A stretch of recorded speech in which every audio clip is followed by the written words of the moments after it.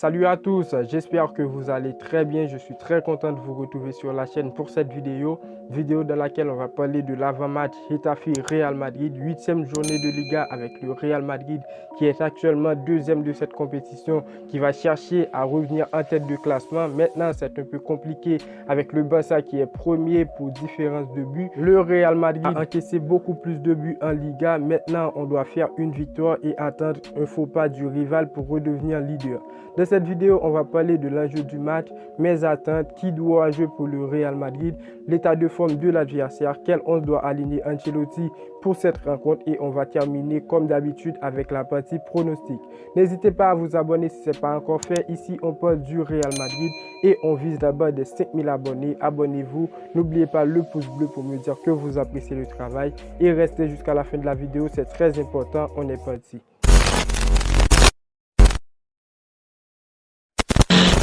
Le Real Madrid va affronter Getafe ce samedi à 21h heure française, un match à l'extérieur, le premier pour ce mois d'octobre après un nul et une belle victoire en Ligue des Champions contre le Shakhtar Donetsk. Pour ce match, on n'a qu'un seul enjeu, la victoire pour le Real Madrid. C'est un mini derby de Madrid et le Real doit s'imposer. J'attends quand même une bonne prestation du Real Madrid. Face au Shakhtar Donetsk, on a pu assister à la réincarnation du BVR, Benzema, Vinicius, Rodrigo. Ils ont donné une prestation incroyable, malgré je préférais un 3-1 ou encore beaucoup plus pour le Real Madrid, mais bon, la victoire est la plus importante et le Real doit faire pareil contre Getafe ce samedi.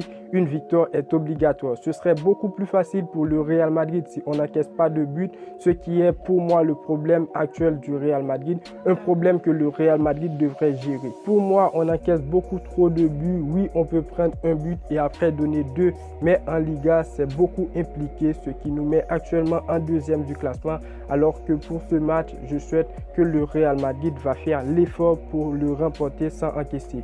Qui doit jouer ce match? Ancelotti pour moi va faire tourner pour donner du repos à quelques joueurs comme Valverde qui peut se reposer pour le retour de Modric. Face le Shakhtar, c'est Pintus qui a demandé à Ancelotti de ne pas laisser Modric jouer, qu'il n'est pas encore prêt, il n'est pas vraiment à la hauteur pour se relancer. Maintenant, je pense qu'il va faire son retour, non seulement pour la victoire qui est très importante et aussi pour préparer le Classico qui est dans quelques jours. Après Camavinga, il peut aussi aider en cas où Tchouaméni a besoin du repos. Je ne veux pas parler de Rodrigo parce que je trouve qu'il fait le taf en grande partie et c'est le moment pour lui de briller avec le Real Madrid accompagné de Vinicius et Benzema, une expérience qui va l'aider à avoir accès à la Coupe du Monde qui arrive très bientôt. Avec son âge, il doit continuer à faire parler en Liga et en Ligue des Champions. On aura des absences. Ceballos est malheureusement blessé pour un mois à l'entraînement avant le match du Shakhtar Donetsk et aussi Courtois qui n'est pas présent depuis quelques jours. Lunin est désormais titulaire et jusqu'à présent pour moi il fait son taf petit à petit. Malgré parfois il y a des actions qui peuvent faire tourner la tête. C'est normal, c'est pas un Thibaut Courtois les frérots et j'espère qu'il sera beaucoup plus performant face à cette équipe de Getafe. On aura affaire avec Getafe qui est actuellement 14e dans le classement avec 7 matchs joués, 7 points. C'est une équipe qui a battu le Sociedad 2-1 puis dans la foulée 2-0 sur le gazon d'Osasuna. Après, l'équipe a chuté face au Valladolid 3-2 avec une pénalité ratée. Bon, on va pas trop juger, on a aussi raté un pénalité qui a fait très mal.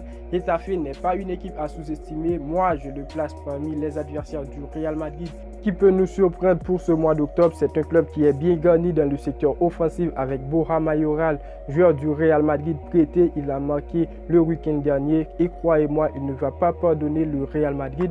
C'est à nous de stopper l'équipe. Un match à l'extérieur, ça pourrait être plus difficile qu'on le croit. Quel 11 doit aligner Ancelotti vu le dernier 11 qu'il a aligné en Ligue des Champions face au Shakhtar Donetsk avec Lunin au but dans la charnière centrale, Militao Alaba en latéral, Carvajal Mendy au milieu de terrain, Valverde, Tchouaméni, Kroos et dans le secteur offensif, Rodrigo, Vinicius, Benzema. Déjà pour un match de Ligue des Champions, le 11 était parfait. Le Real a fait une victoire de classe face au Shakhtar. Maintenant, faire tourner, ce serait bien pour les joueurs du Real Madrid et aussi pour le retour des matchs de Ligue des Champions et aussi pour le Classico. Maintenant, quel sera mon 11 pour le Real Madrid, le 11 qui pourra battre cette équipe de Getafe. Je vous donne mon 11, n'hésitez pas à me dire ce que vous pensez dans les commentaires et après on passe avec mon prono. Dans la cage, je mets Lunin, dans la charnière centrale, les frérots Militao Alaba, en latéral Vasquez Mendy, je veux voir Vasquez jouer et Cavaral au repos, c'est un joueur qui est déjà blessé pour ce début de saison.